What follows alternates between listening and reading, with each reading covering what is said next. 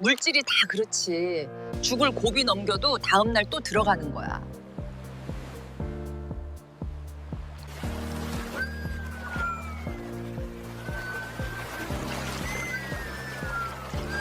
혹시 이런 삶을 상상해 보신 적 있으신가요? 오늘 하루를 살기 위해 내 숨의 길이를 먼저 계산해야 했던 사람들의 이야기 말입니다. 제주 바다에는 새벽마다 바다로 향한 여성들이 있었습니다. 학교 대신 물속으로 들어갔고 꿈 대신 전복과 소라를 붙잡았습니다. 한 번의 숨으로 버티는 수십 초가 그날 가족의 밥이 되었고 숨비 소리 한 번에 세월이 흘렀습니다. 누구도 박수 쳐주지 않았고 기록해 주지도 않았습니다. 그런데 세계가 어느 날 이들의 삶 앞에서 멈춰섰습니다. 그래서 묻게 됩니다. 왜 어떤 문화는 흔적도 없이 사라지고 어떤 문화는 세계가 나서서 지키려 드는지 말입니다. 바로 우리나라 제주 해녀의 삶이 그렇기 때문입니다.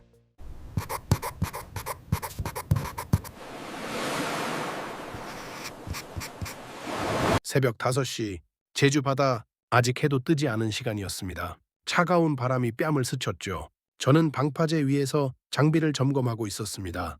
그때 한 여성이 걸어왔습니다.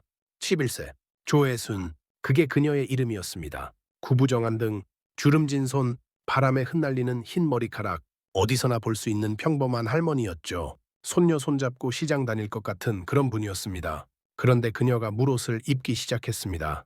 저는 멈췄습니다. 설마 저 바다에 들어가시겠다는 겁니까? 수온이 14도였습니다. 훈련받은 다이버도 저천증 위험이 있는 온도였죠. 그녀는 아무 말 없이 바다로 걸어갔습니다. 그리고 사라졌습니다. 1분, 2분, 3분이 지나도 올라오지 않았습니다. 심장이 조여왔습니다. 무슨 일이 생긴 겁니까? 제가 뛰어들어야 합니까? 그 순간 수면이 갈라졌습니다. 거의 그녀의 입에서 터져 나온 소리, 숨비 소리라고 했습니다. 폐 깊숙이 남은 이산화탄소를 한 번에 뱉어내는 호흡법이죠. 수백 년간 해녀들이 이어온 방식이었습니다. 저는 30년간 케임브리지에서 생리학을 연구한 사람입니다. 리처드 K. 윌리엄스. 동료들은 저를 냉혈한이라 불렀죠. 감정은 오차라고 믿었습니다. 이야기는 왜곡이라고 생각했고요. 인간의 능력은 측정 가능해야만 의미가 있었습니다. 하지만 그날 제가 본 건 측정을 거부하는 것이었습니다. 71세의 그녀는 4시간 동안 180번을 잠수했습니다. 산소통 없이 맨몸으로 수심 10m를 오르내리면서 한 번도 쉬지 않았죠. 장비는 쉴 새 없이 기록했습니다. 심박수, 산소 포화도, 첨 변화, 모든 데이터가 쏟아졌습니다. 그런데 이상했습니다. 심박은 너무 안정적이었습니다. 70대 노인의 수치가 아니었죠. 20대 올림픽 수영선수와 비슷했습니다. 산소 소비 효율은 의학 교과서를 완전히 벗어났고요. 제가 아는 어떤 이론으로도 설명이 안 됐습니다. 저는 장비를 3번이나 점검했습니다. 오류가 아니었습니다. 현실이었죠. 해가 떠올랐습니다. 주황빛이 바다를 물들였습니다. 그녀는 여전히 물속에 있었죠. 호이호이, 그 소리가 새벽 바다를 가득 채웠습니다.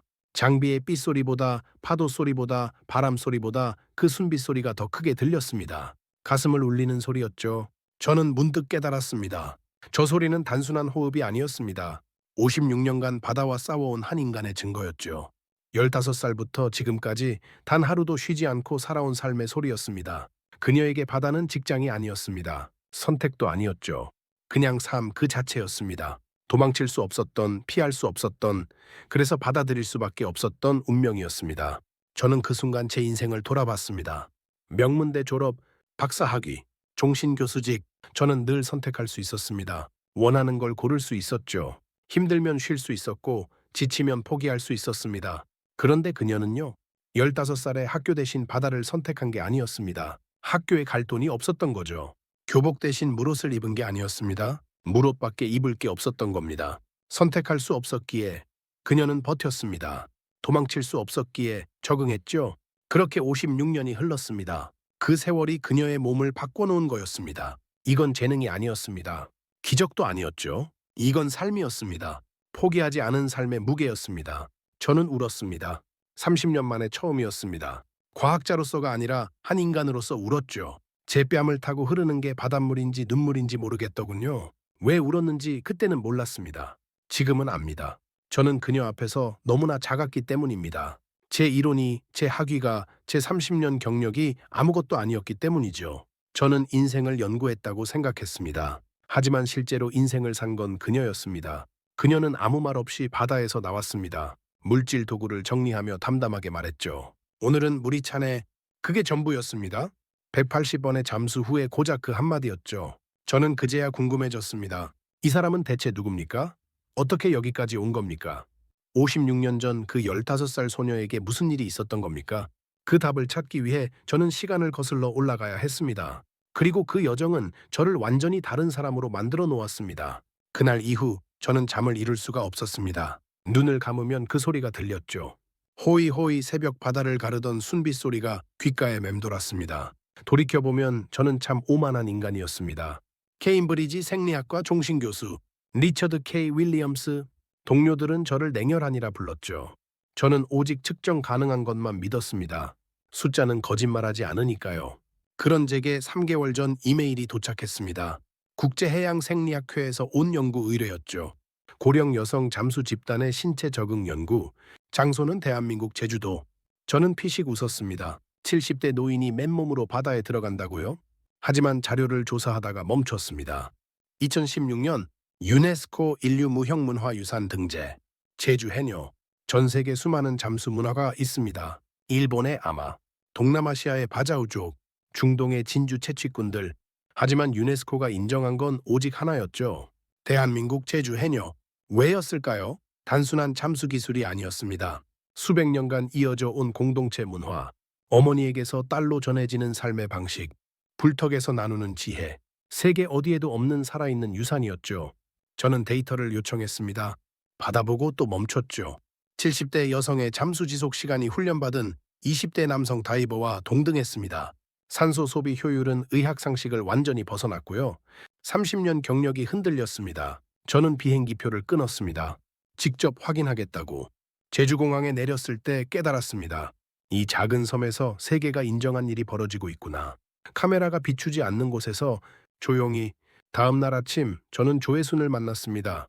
71세, 56년 경력, 현역 해녀, 유네스코가 인정한 문화에 살아있는 증거였죠. 첫 번째 질문을 던졌습니다. 왜 해녀가 되셨습니까? 그녀는 고개를 저었습니다. 왜라는 건 없수다. 그냥 한 거지. 저는 펜을 멈췄습니다. 제 질문이 틀렸다는 걸 깨달았죠. 그녀에게 인생은 선택의 연속이 아니었습니다. 그냥 살아낸 거였죠. 저는 처음으로 연구 대상의 이름을 노트에 적었습니다. 조혜순. 평생 수천 명을 연구했지만 이름을 적은 건 처음이었습니다. 처음 바다에 들어간 게 언제였습니까? 그녀의 눈이 멀어졌습니다. 15. 중학생 나이에 바다로 들어갔다고요. 그녀는 고개를 끄덕이며 천천히 말하기 시작했습니다. 1968년 제주도. 조혜수는 중학교 1학년을 겨우 마쳤습니다. 더 다닐 수 없었죠. 학교에 낼 돈이 없었습니다. 아버지는 일찍 돌아가셨습니다. 어머니 혼자 5 남매를 키웠죠. 방법은 하나뿐이었습니다. 바다. 어머니가 해녀였습니다. 그 어머니의 어머니도 해녀였죠. 대대로 이어져 온 삶이었습니다. 딸은 자연스럽게 어머니를 따라갔죠.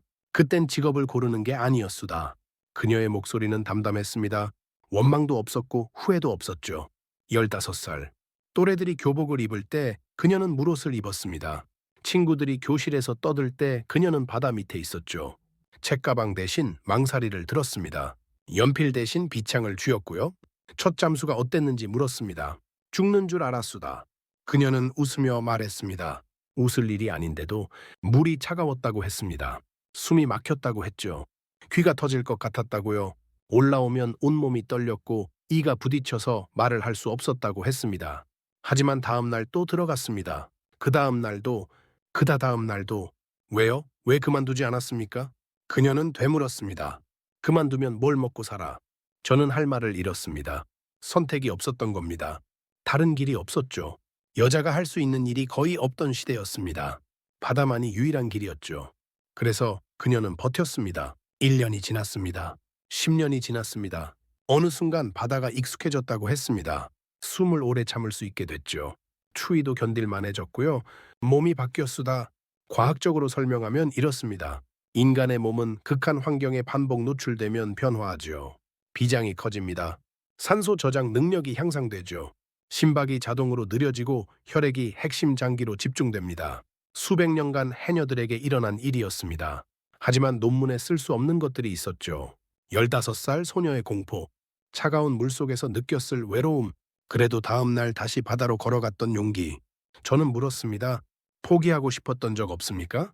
그녀는 한참을 생각했습니다. 포기는 무슨? 포기할 때가 있어야 포기를 하지.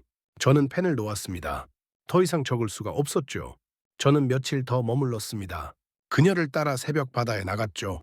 그러면서 다른 것들도 보게 됐습니다. 풀턱, 물질을 마친 해녀들이 모닥불 주위에 둘러앉아 몸을 녹이는 곳이었습니다. 서로의 안부를 묻고 경험을 나눴죠. 세대를 넘어 전해지는 지혜였습니다. 숙소로 돌아와 노트를 펼쳤습니다. 제목을 적었죠.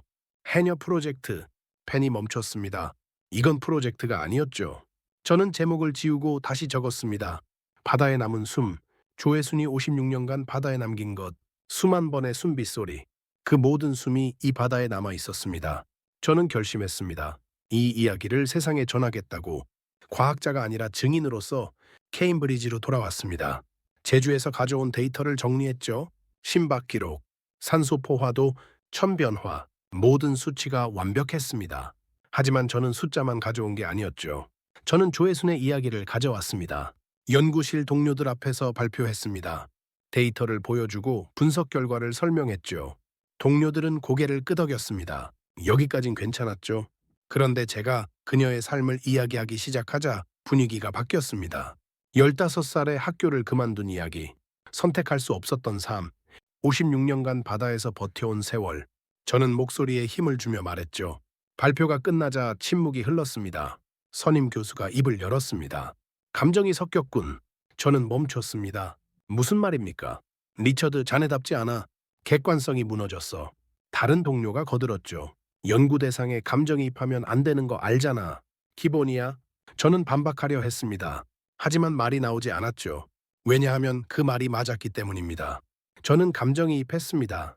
조회순의 삶에 빠져들었죠. 냉철한 과학자가 아니라 한 인간으로서 그녀를 바라보았습니다. 30년간 지켜온 원칙을 스스로 깨버린 거였죠. 연구실을 나왔습니다. 복도를 걸었죠. 창밖으로 캠퍼스가 보였습니다. 학생들이 웃으며 지나갔죠. 평화로운 풍경이었습니다. 하지만 제 머릿속에는 제주 바다가 떠올랐습니다. 새벽 어둠 속에서 물로 걸어 들어가는 71세 여성, 호의 소리를 내며 수면 위로 올라오는 모습. 저는 결심했습니다. 그들이 뭐라 하든 상관없었습니다. 이건 단순한 연구가 아니었죠. 기록해야 할 삶이었습니다. 세상에 알려야 할 이야기였죠. 저는 다시 노트를 펼쳤습니다. 제목을 봤죠. 바다에 남은 숨. 이 이야기를 세상에 전하겠다고, 과학이 아니라 진실로서. 저는 국제학회에 논문을 제출했습니다. 제목은 이랬죠. 선택하지 않았으나 진화한 인간. 국제해양생리학회, 스위스 제네바. 전 세계에서 300명의 학자들이 모였습니다. 저는 단상 위에 섰죠. 손에는 발표 자료가 들려 있었습니다. 화면에 제목이 떴습니다. 선택하지 않았으나 진화한 인간. 객석이 술렁였죠. 일반적인 연구 제목이 아니었으니까요. 저는 데이터부터 보여줬습니다. 심박 그래프, 산소 포화도 곡선, 천 유지율. 숫자들이 화면을 채웠죠. 학자들은 고개를 끄덕였습니다. 여기까진 익숙한 영역이었죠. 그런데 다음 슬라이드에서 저는 멈췄습니다. 조회순의 사진이 떴습니다. 71세 여성, 주름진 얼굴, 바다를 바라보는 눈. 저는 마이크를 잡고 말했습니다. 저는 이 연구의 저자가 아닙니다. 객석이 조용해졌죠. 저는 증언자일 뿐입니다. 한 학자가 손을 들었습니다. 무슨 뜻이냐고 물었죠. 저는 설명했습니다. 조회순의 삶을, 15살에 바다로 들어간 소녀를, 56년간 쉬지 않고 잠수한 여성을, 선택할 수 없었기에 버텨온 인간을. 이 데이터는 제가 만든 게 아닙니다. 그녀가 56년간 자신의 몸으로 만든 겁니다. 저는 그걸 받아 적었을 뿐이죠. 객석이 술렁였습니다. 누군가는 고개를 저었죠. 과학 발표에 감정이 섞였다고 생각했을 겁니다. 하지만 저는 계속했습니다. 우리는 늘 인간의 한계를 연구합니다. 어디까지 갈 수 있는지, 얼마나 버틸 수 있는지. 하지만 우리는 묻지 않았습니다. 왜 그렇게까지 해야 했는지. 화면이 바뀌었습니다. 숨비소리 영상이 재생됐죠. 호이호이. 새벽 바다를 가르는 그 소리가 학회장을 채웠습니다. 300명의 학자들이 숨을 죽였죠. 영상이 끝났습니다. 저는 마지막으로 말했습니다. 이건 논문이 아닙니다. 선언입니다. 한 인간이 어떻게 살아냈는지에 대한 기록입니다. 박수가 터졌습니다. 모두가 박수친 건 아니었죠. 하지만 분명히 들렸습니다. 누군가는 공감했다는 뜻이었죠. 그 순간부터 저는 더 이상 중립이 아니었습니다. 과학자가 아니라 증인이 됐죠. 조회순의 삶을 세상에 전하는 사람이 됐습니다. 학회가 끝난 후 기자들이 몰려왔습니다. 제주 해녀에 대해 더 알고 싶습니다. 정말 70대 여성이 맨몸으로 잠수합니까? 질문이 쏟아졌죠. 저는 대답했습니다. 하지만 뭔가 부족했습니다. 제 말만으로는 한계가 있었죠. 그때 한 기자가 물었습니다. 혹시 유네스코 등자의 사실을 아십니까? 저는 멈췄습니다. 유네스코요? 기자가 설명했죠. 2016년 제주 해녀 문화가 유네스코 인류 무형문화유산에 등재됐다고. 저는 몰랐습니다. 연구에만 집중하느라 놓쳤던 거죠. 숙소로 돌아와 검색했습니다. 자료를 읽었죠. 읽으면 읽을수록 놀라웠습니다. 전 세계 수많은 잠수 문화가 있습니다. 일본의 아마, 동남아시아의 바자우족. 하지만 유네스코가 인정한 건 오직 하나였죠. 제주 해녀. 왜였을까요? 유네스코는 이렇게 설명했습니다. 제주 해녀는 단순한 직업이 아니라 공동체 문화라고, 물질 기술만이 아니라 삶의 방식 전체가 전승된다고. 어머니에게서 딸로, 선배에게서 후배로 수백 년간 끊기지 않고 이어져 왔다고. 불턱 문화, 잠수굿, 해녀 노래, 공동 작업 시스템, 이 모든 게 하나의 살아있는 유산이었죠. 저는 가슴이 뜨거워졌습니다.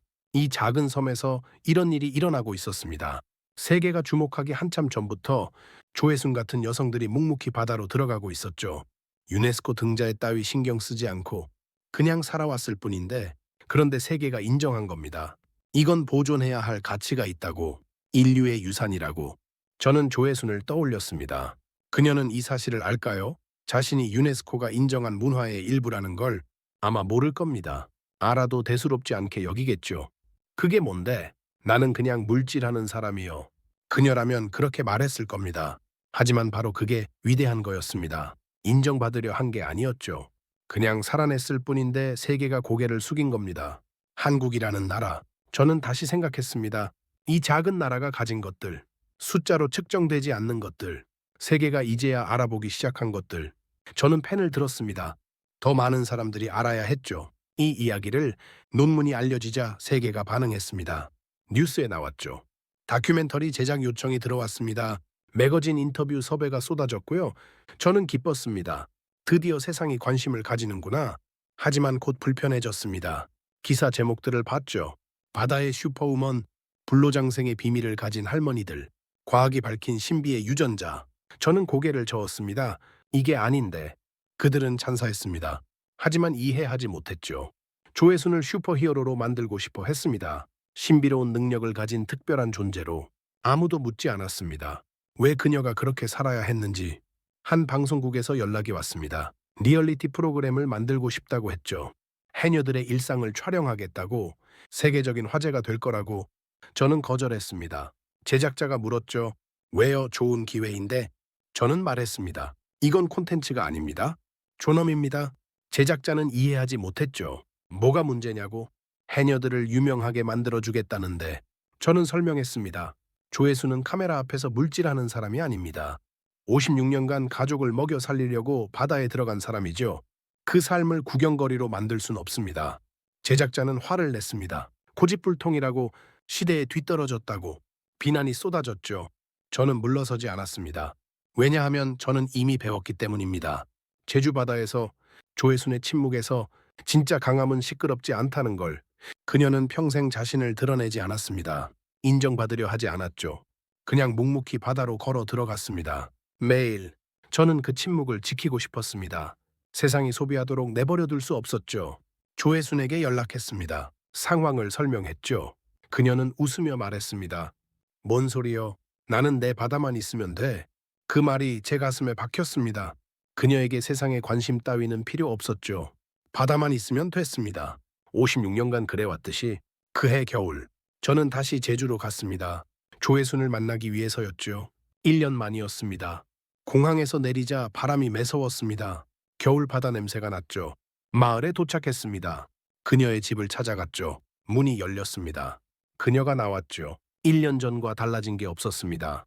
주름진 얼굴, 거친 손, 바다를 닮은 눈, 왓쑥과 그게 전부였습니다. 긴 인사 따위 없었죠. 그녀는 그런 사람이었습니다. 다음 날 새벽 저는 그녀를 따라 바다로 나갔습니다. 장비는 가져가지 않았습니다. 측정하러 간 게 아니었죠. 그냥 보고 싶었습니다. 그녀의 마지막 물질을. 그녀는 물옷을 입었습니다. 망사리를 챙겼죠. 그리고 바다로 걸어갔습니다. 72세의 등이 어둠 속으로 사라졌죠.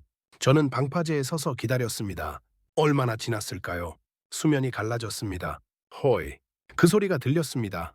56년간 이 바다를 채워온 소리, 수만 번 반복된 숨. 허이 허이. 저는 눈을 감았습니다. 그 소리가 가슴에 스며들었죠. 물질이 끝났습니다. 그녀가 바다에서 나왔죠. 망사리에는 해산물이 가득했습니다. 그녀는 담담하게 말했습니다. 오늘은 물이 좋았수다. 그게 전부였죠? 저는 숙소로 돌아왔습니다. 노트를 펼쳤죠. 마지막 페이지였습니다. 펜을 들었습니다. 그리고 적었죠. 나는 그녀를 연구했다. 그러나 결국 그녀에게 배웠다. 케임브리지에서 30년, 저는 인간의 한계를 연구했습니다. 숫자로 측정하고 그래프로 분석했죠. 하지만 진짜 인간을 몰랐습니다. 조회순이 가르쳐줬죠. 삶이란 무엇인지, 존엄이란 무엇인지. 바다는 아무 말도 하지 않았습니다. 파도 소리만 들렸죠. 하지만 그 침묵 속에 한 인간의 숨이 남아 있었습니다. 56년간 바다에 남긴 숨, 그게 조회순이었습니다. 허이허이, 그 소리는 영원히 이 바다에 남을 겁니다.